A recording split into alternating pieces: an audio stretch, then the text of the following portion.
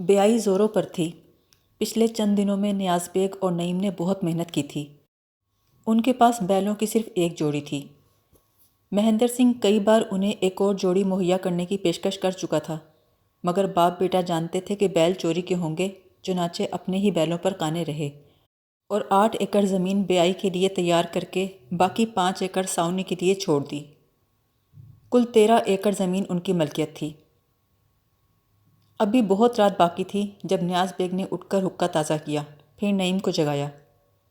کیسے سوتے ہو؟ جاڑا سر پر آ گیا ہے، ابھی اتنی بیائی باقی ہے۔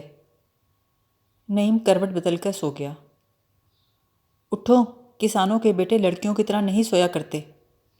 میں کیکر والے کھیت میں جا رہا ہوں، بیج لے کر آ جاؤ۔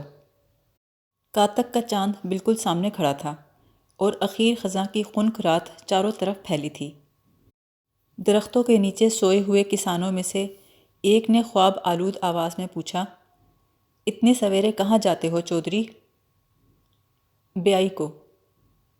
اللہ کرم کرے، لونڈے کو محنت کرایا کرو، شہر میں رہ کر نازک ہو گیا ہے۔ وہ نعیم کے دیر کرنے پر غصے میں بھنایا، مگر بیلوں کی رسیاں تھامے حقہ گڑگڑاتا چلتا رہا۔ کیکر کے نیچے پہنچ کر اس نے ہل جوتا اور کھیت میں گھس گیا۔ زمین سہاگا پھیر کر ہموار کر دی تھی، اندر سے نرم اور نمدار تھی۔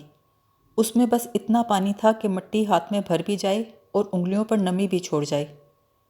وہ خوشی سے بولا، تیار ہے، بالکل تیار ہے۔ کس سے باتیں کر رہے ہو چاچا؟ کسی نے اندھیرے میں پوچھا۔ نیاز بیگ نے مٹھی بھر کر اسے دکھاتے ہوئے کہا، پانی بالکل پورا ہے زمین میں۔ سکھ کسان نے مٹی کو انگلیوں میں ملتے ہوئے کہا، ہاں بالکل پورا ہے۔ تم کہاں جا رہے ہو؟ پانی لگانے۔ اب؟ تو بیائی کب کرو گے؟ پانی ہی اب ملا ہے۔ اب پانی دو گے تو بیائی ماگھ میں جا کر ہوگی۔ پار سال بھی تم نے 6 مہینے جا کر فصل اٹھائی تھی، تمہیں سستی نہیں کرنی چاہیے۔ باری ہی اب آئی ہے چاچا، تم کیا سمجھتے ہو میں عورت کے ساتھ سویا رہتا ہوں؟ میری تو صرف ایک بیوی ہے۔ اس کے جانے کے بعد نیاز بیگ نے غصے سے ادھر ادھر دیکھا اور گھر کی جانب دوڑ پڑا۔ نعیم ابھی تک سو رہا تھا۔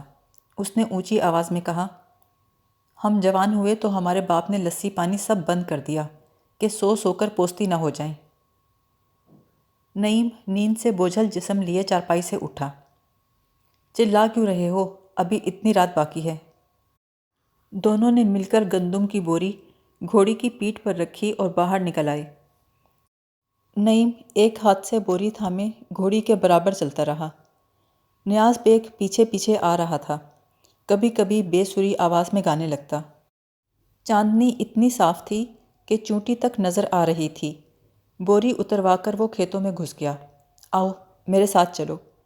دوسرے چکر پر کہنے لگا، دیکھو یہ ہل چلانے سے مختلف ہوتا ہے، اس میں تم ہتھی پر بوجھ نہیں ڈالو گے، صرف نالی کو زمین میں ڈبوئے رکھنا۔ لو، بیج نالی میں ڈالے جاؤ اور چلتے جاؤ، اسے نل بیائی کہتے ہیں۔ اس نے بیج کی جھولی نعیم کی پشت پر باندھی اور ساتھ ساتھ چلنے لگا۔ تیسرے چکر پر وہ کھیت سے باہر نکل آیا اور کیکر کے نیچے کھڑے ہو کر اسے دیکھنے لگا۔ لکیر ٹیڑھی جا رہی ہے۔ نعیم الٹے سیدھے قدم رکھتا، نالی سے کشتی کرتا ہوا، زیر لب گالیاں دیتے بیلوں کے پیچھے پیچھے چلتا رہا۔ ہوں، اس کا باپ چلایا، اندھے ہو، بیج باہر گر رہا ہے۔ وہ بے حد احتیاط سے بیائی کر رہا تھا، لیکن اسے برابر ڈانٹ پڑ رہی تھی۔ لکیر سیدھے رکھنے کی کوشش میں بیج باہر گرنے لگتا، اس کی طرف دھیان دیتا تو نالی باہر نکل آتی۔ خنکی کے باوجود اس کے جسم سے پسینہ بہہ نکلا۔ اس کا باپ چیخا، نیلے کی دم مروڑ، دبتا ہے کمین کا بیل، کھانے کو دو تو 3 مرلے بھی کھا جائے گا۔ وہ بغیر سنے کام میں مصروف رہا۔ جھولی خالی ہوئی تو پشت پر سے اتار کر اس کے پاس لا کر پھینکی۔ نیاز بیگ نے جھولی بھر کر نعیم کی کمر پر کستے ہوئے کہا، جب میں نے پہلے دن بیائی کی تھی تو 140 کیکر کی چھڑیاں مجھے پڑی تھیں، اتنی بیلوں کو نہیں ماری جتنی باپ نے مجھ کو ماری۔ نعیم جل کر بولا، تو تم اب بدلہ اتارنا چاہتے ہو؟ کام کرو، چلاؤ نہیں، سویرا ہونے والا ہے۔ دادا جب مرے تھے تو تم چھوٹے سے تھے، مجھے پتہ ہے۔ سورج نکلنے تک نعیم کا جسم اتنا نہیں تھکا تھا جتنا اس کا مزاج نیاز بیگ کی جھک جھک سے بگڑ چکا تھا، مگر اس نے بیائی کرنا سیکھ لی تھی اور آخری کھیت مکمل صفائی سے بویا تھا۔ 2 گھڑی دن گزر چکا جب اس نے بیل کھولے، انہیں کیکر تلے باندھا اور لسی کا مٹکا اٹھا کر منہ سے لگا لیا۔ چھوٹی عورت اپنی باری پر چھاچھ اور روٹی لے کر آئی تھی۔ دسترخوان پر باجرے کی 2 روٹیاں پڑی تھیں، ایک پر مکھن چپڑا تھا جسے اس کا باپ کھانے لگا، خشک روٹی اس کے حصے میں آئی۔ نیاز بیگ نے کھاتے ہوئے کہا، ابھی 1/3 ہوئی ہے، باقی کل کریں گے بابا۔ کل؟ کلکتے میں بیائی پھاگن تک کرتے ہیں، آج شام تک بیائی ختم ہو جانی چاہیے۔ کل کیوں نہیں؟ جو 2 سیر آج رات کو ہم بیج میں سے کھا لیں گے، کل وہ کہاں سے آئے گا؟ چھوٹی عورت نے کہا، نعیم کو بھی مکھن دو۔ نیاز بیگ بولا، ہاں ہاں لو کھاؤ، آج تم نے محنت کی ہے۔ نعیم اپنی روٹی ختم کر کے باپ کی روٹی کھانے لگا۔ چھوٹی عورت بولی، میں تو تمہیں بھی علی کی طرح سمجھتی ہوں۔ نعیم نے خاموشی سے کھانا ختم کیا اور لسی کا کٹورا بھر کر پیا، پھر عورت کی گود میں سوئے ہوئے بچے کے گالوں پر ہاتھ پھیرنے لگا۔ نیاز بیگ نے حقہ اس کی طرف کیا، لو، پھر تمہیں کام بھی کرنا ہے۔ نعیم نے زمین پر لیٹتے ہوئے کہا، مجھ سے اب بیائی نہیں ہوگی۔ نیاز بیگ نے ٹیڑھی نظروں سے اسے گھورا، اسی لیے بیائی کے دنوں میں ہمیں مکھن نہیں ملتا تھا۔ اس نے جھولی کمر پہ لادی اور کھیت میں چلا گیا۔ چھوٹی عورت نے بات شروع کی، تمہاری ماں سمجھتی ہے میں تمہاری دشمن ہوں، اب علی ہو گیا ہے تو میرا کیا قصور؟ نعیم پہلی بار اجنبی دشمن عورت سے مخاطب ہوا۔ تمہیں لڑنا نہیں چاہیے، میں نے ماں سے بھی یہی کہا تھا۔ نعیم نے بچے کے جسم پر ہاتھ پھیرا، وہ چھوٹا سا صحت مند بچہ تھا۔ اس کی پکی ہوئی فصل جیسی سنہری جلد کو تھپکتے ہوئے نعیم کو بہت پیار آیا۔ لیٹے لیٹے منہ آگے بڑھا کر اس نے پیار کیا۔ وہ آج پہلی دفعہ اس بچے کو پیار کر رہا تھا۔ آج میں نے 3 کھیت بیائی کی ہے، علی کو خوب دودھ پلاؤ، پھر ہم مقابلے پر ہل چلایا کریں گے اور ہمارا باپ یہاں بیٹھ کر گالیاں دیا کرے گا۔ عورت نے غور سے اس نوجوان اجنبی کو دیکھا اور رونے لگی، تم بھی میرے بیٹے ہو، علی بھی، تم دونوں کا ایک خون ہے۔ میرا پہلا خاوند مر گیا تو میرے باپ نے مجھے یہاں دے دیا۔ مجھے آئے 20 ہی دن ہوئے تھے کہ تمہارا باپ جیل چلا گیا۔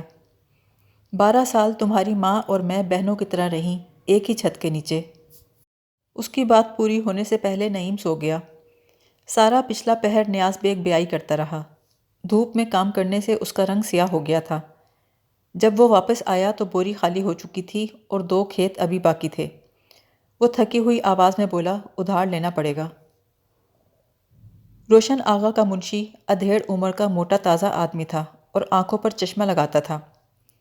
باپ بیٹا نہا دھو کر اس کے پاس پہنچے تو وہ ہنس کے پکارا، آؤ چودھری، کیسی گزار رہے ہو قرض کے بغیر؟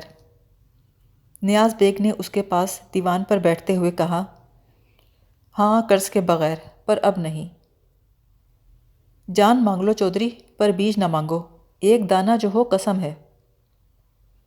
قسم نہ کھا گناہ گار، رک جا، میں 1 قدم بے بوئی زمین کے لیے جان دے دوں گا۔ منشی اور نیاز بیگ کھسر پھسر کرنے لگے۔ 1-10، بس اب زیادہ بک مت، 1-10 ٹھیک ہے۔ نیاز بیگ اٹھ کھڑا ہوا۔ دونوں نے منشی کے گودام سے آدھی بوری گندم لی اور گھوڑی پر لاد کر واپس ہوئے۔ نعیم نے بوری تھام کر چلتے ہوئے کہا، ہمیں اب 10 بوریاں دینی پڑیں گی؟ نہیں، 5، یہ آدھی بوری ہے۔ یہ بہت زیادہ ہے، تم فصل میں سے کیوں نہیں رکھتے؟ اس دفعہ تو بہت رکھی تھی، ایک اور منہ جو آ گیا۔ کون؟ میں؟